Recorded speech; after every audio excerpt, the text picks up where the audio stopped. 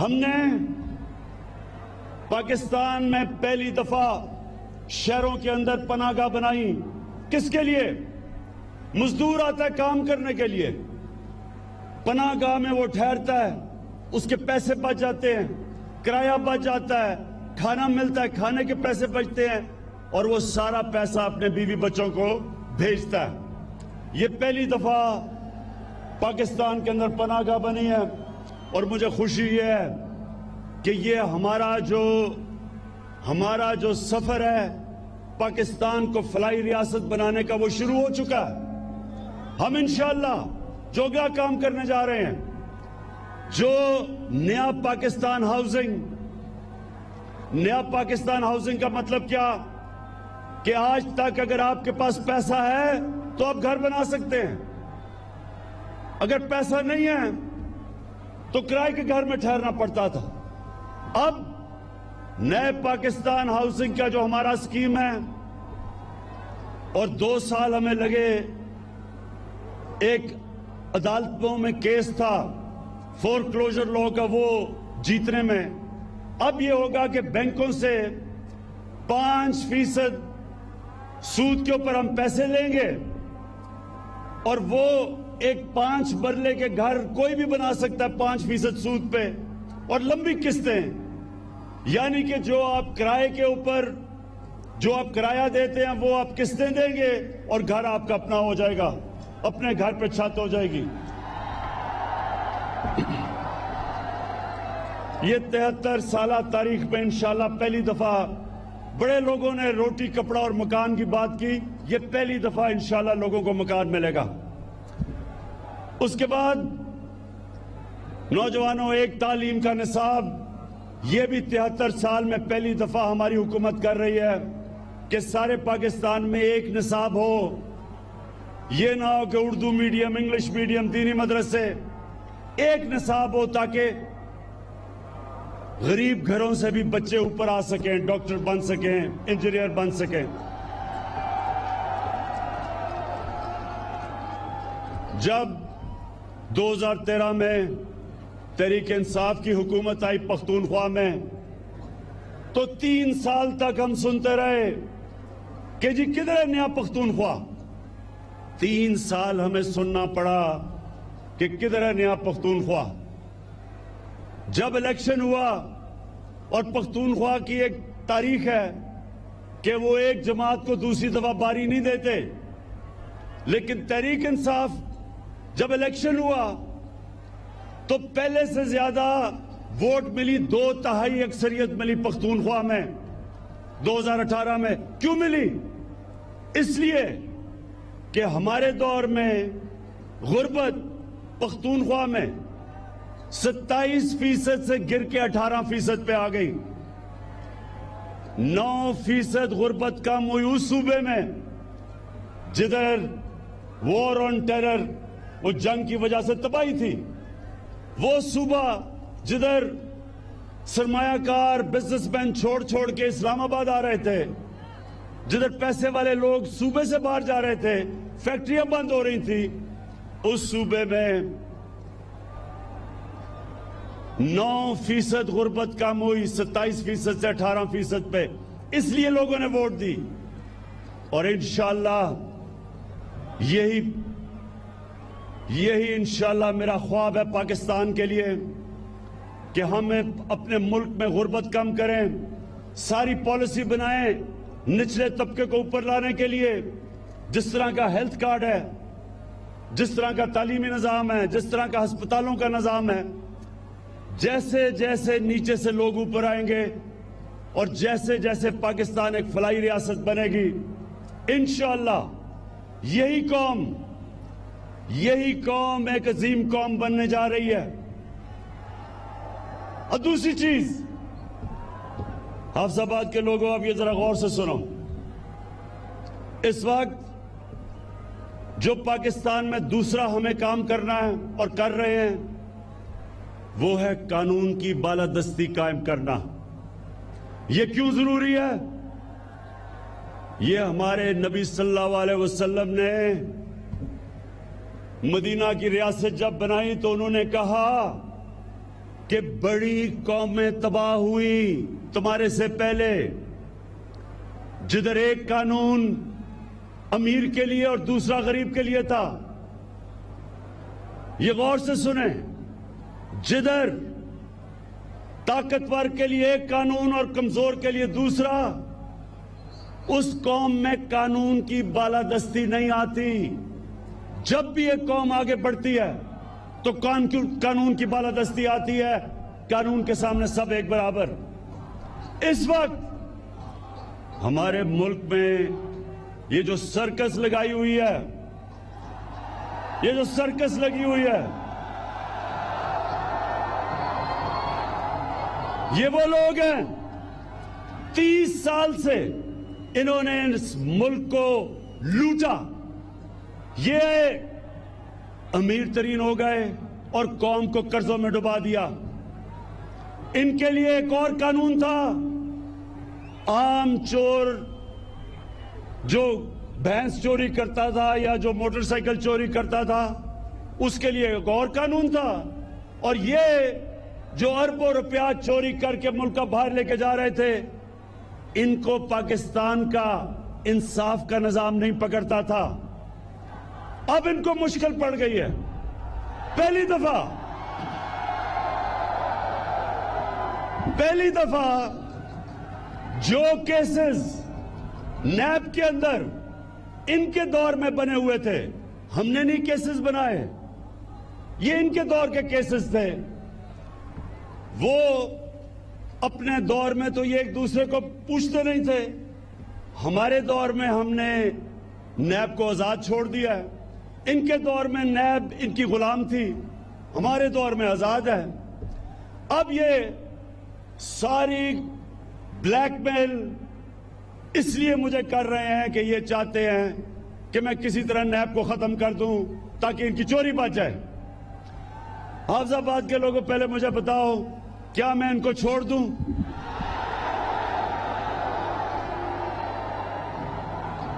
کہیں آپ کو ان کے اوپر ترس تو نہیں آ رہا؟ وہ جب نواز شریف کی شکل آپ نے دیکھی کہ جی بیمار ہو گیا، وہ پتہ نہیں زندہ بھی رہے گا یا نہیں،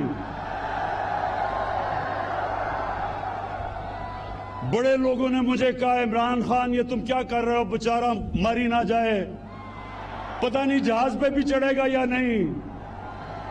ہماری کیبنٹ میں بھی ایک دو خواتین، ان کے بھی آنکھوں میں آنسو آ گئے اس کی شکل دیکھ کے۔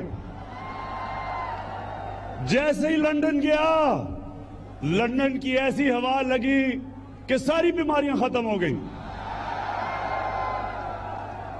تو یہ جو سب اکٹھے ہیں، میں ان ساروں کو آج پیغام دینا چاہتا ہوں کہ دیکھیں، آج تک آپ کا ان لوگوں سے مقابلہ تھا، یا وہ ان کو اپنی کرسی کی خواہش تھی، یا وہ آپ ہی کی طرح کرپٹ تھے۔ آج آپ سب کا مقابلہ عمران خان سے ہے، ایک وہ انسان جس کو اللہ نے مقابلہ کرنا سکھایا ہے۔ میں آج آپ سب کو کہہ رہا ہوں کہ آپ جو مرضی کر لیں، جتنے مرضی جلسے کرنے ہیں کر لو،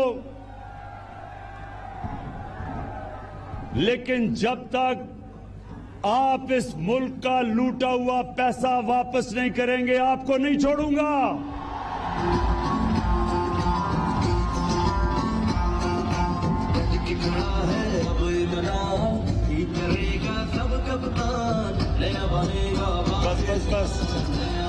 بس اچھا،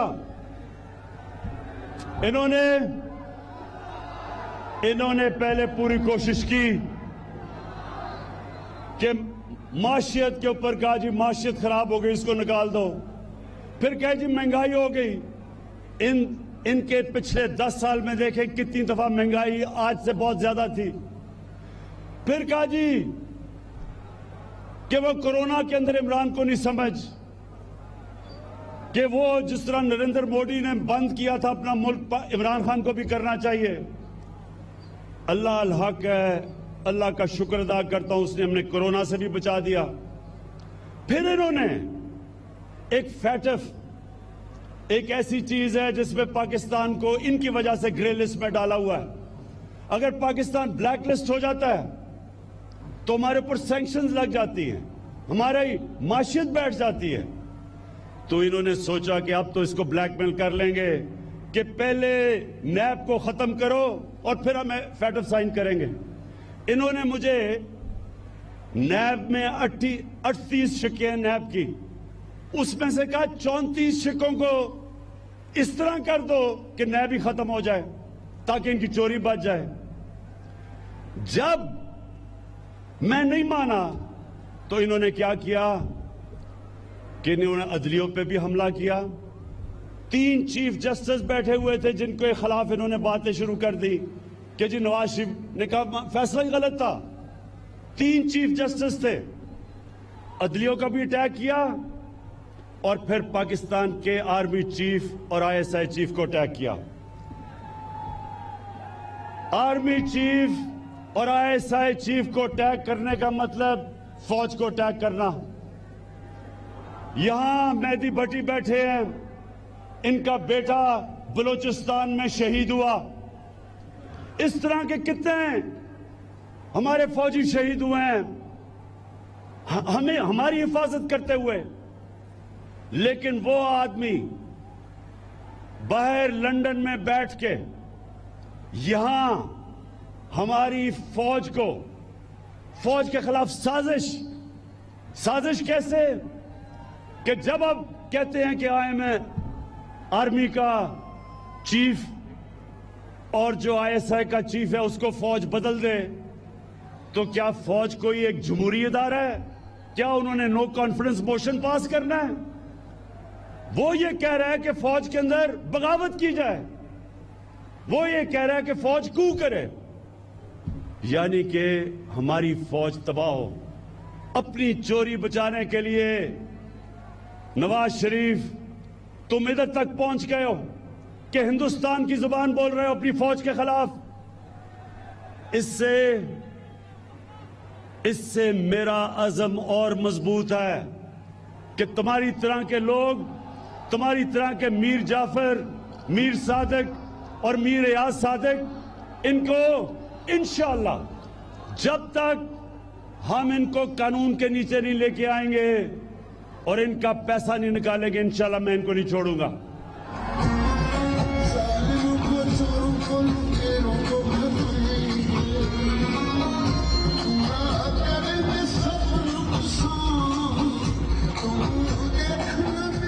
اچھا، اور یہ جب سرکس ان کی لگتی ہے اس میں ہر قسم کے لوگ ہوتے ہیں۔ ایک ایسا آدمی ہے جو کہ کہتا ہے عمران خان کی وجہ سے اسلام کو خطرہ ہے۔ میں ان کو ایک پیغام دینا چاہتا ہوں، اور حافظ آباد کے لوگوں آپ اس کی گواہی دینا۔ آج تک پاکستان کی 73 سالہ تاریخ میں، میں اسی کی بات کر رہا ہوں کہ ڈیزل یہ کہتا ہے کہ عمران کی وجہ سے اسلام خطرے میں ہے۔ میری وجہ سے اسلام خطرے میں نہیں ہے، آپ کی طرح کے لوگوں کی وجہ سے اسلام خطرے میں ہے۔ میں آج چیلنج کرتا ہوں، پاکستان کی 73 سالہ تاریخ میں کس نے آج تک اپنے نبی صلی اللہ علیہ وسلم کا، ان کا جو موقف ان کے لیے کون اس طرح انٹرنیشنل سٹیج پہ کھڑا ہوا ہے میرے علاوہ؟ چیلنج کرتا ہوں آپ کو۔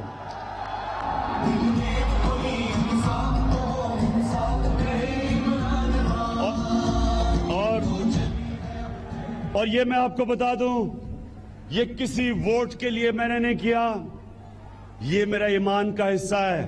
ہمارے نبی صلی اللہ علیہ وسلم ہمارے دلوں میں بستے ہیں۔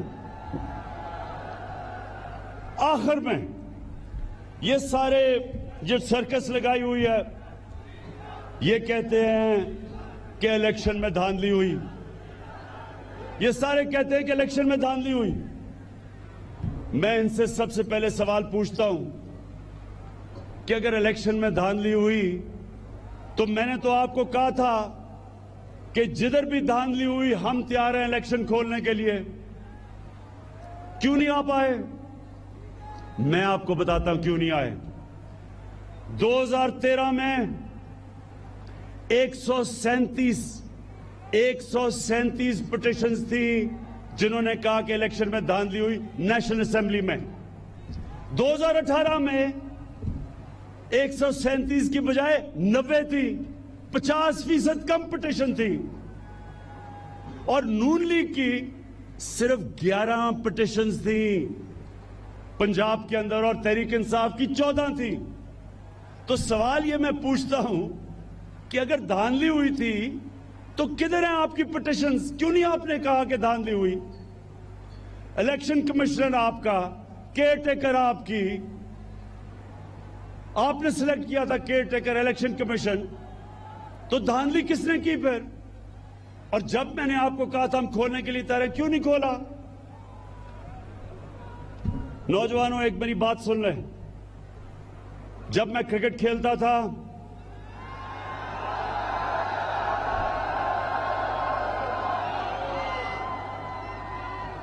تو میرے دور میں اپنے امپائر ہوتے تھے.